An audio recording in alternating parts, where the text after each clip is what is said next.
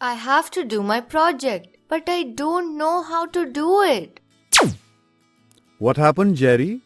Why are you so tense? Mappy, I have to do a project on algorithm, but I don't have much knowledge about this algorithm. I will also help Jerry with your project. This sounds very interesting. To make a banana shake, we have to first add milk, banana, sugar and ice cube in the mixer. And then we have to grind it until the banana shake is ready. Let's understand the concept of algorithms. They are like step-by-step guides for solving problems. But how does this relate to our project, Mappy? Well, Luna, just like making a banana shake requires following a series of steps, our project also needs a structured approach.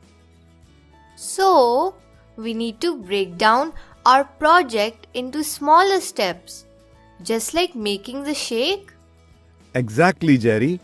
We'll define the problem, list inputs and outputs, and describe the steps needed to complete our project.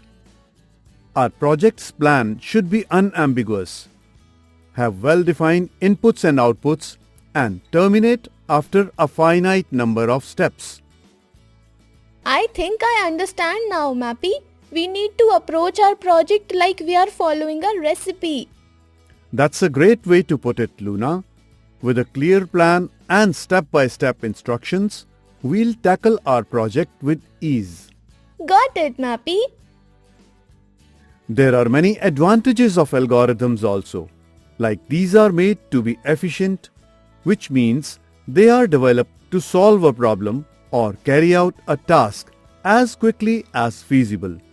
These are made with accuracy in mind, so they deliver the right results for a given set of inputs. Algorithms may be used to solve a wide range of issues.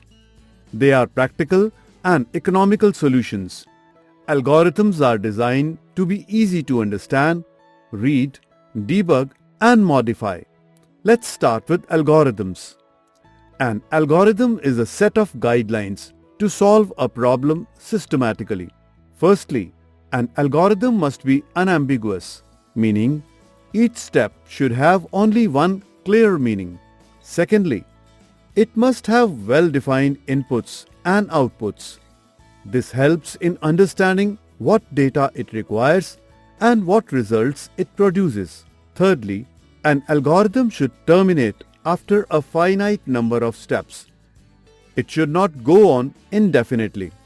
Fourthly, an algorithm should have step-by-step instructions free from any programming code. Now let's see how to write an algorithm. It involves defining the problem clearly, listing inputs, describe the steps, and choosing a dataset for verification. Okay, I got it, but it is not clear and I am a little bit confused. Okay, let's explore with an example. Okay, Luna, this will be better.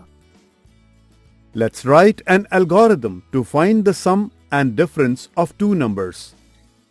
First, start, then input numbers a and b. Now, find sum is equal to a plus b. After that, find the difference, a minus b. At last, print the sum and difference. Now, let's talk about flowcharts. It is a pictorial representation of the stages or techniques used to solve a specific problem. A flowchart is made up of many boxes that are connected to one another by flow lines. Okay, got it, Mappy. Now, do you know the advantages of flowcharts? No, actually not. Then start with it first.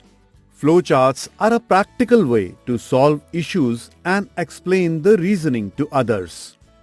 Flowcharts make it simple for others to understand and follow a process or algorithm by providing a clear and visual picture of it. It is an essential tool for creating and designing a new system.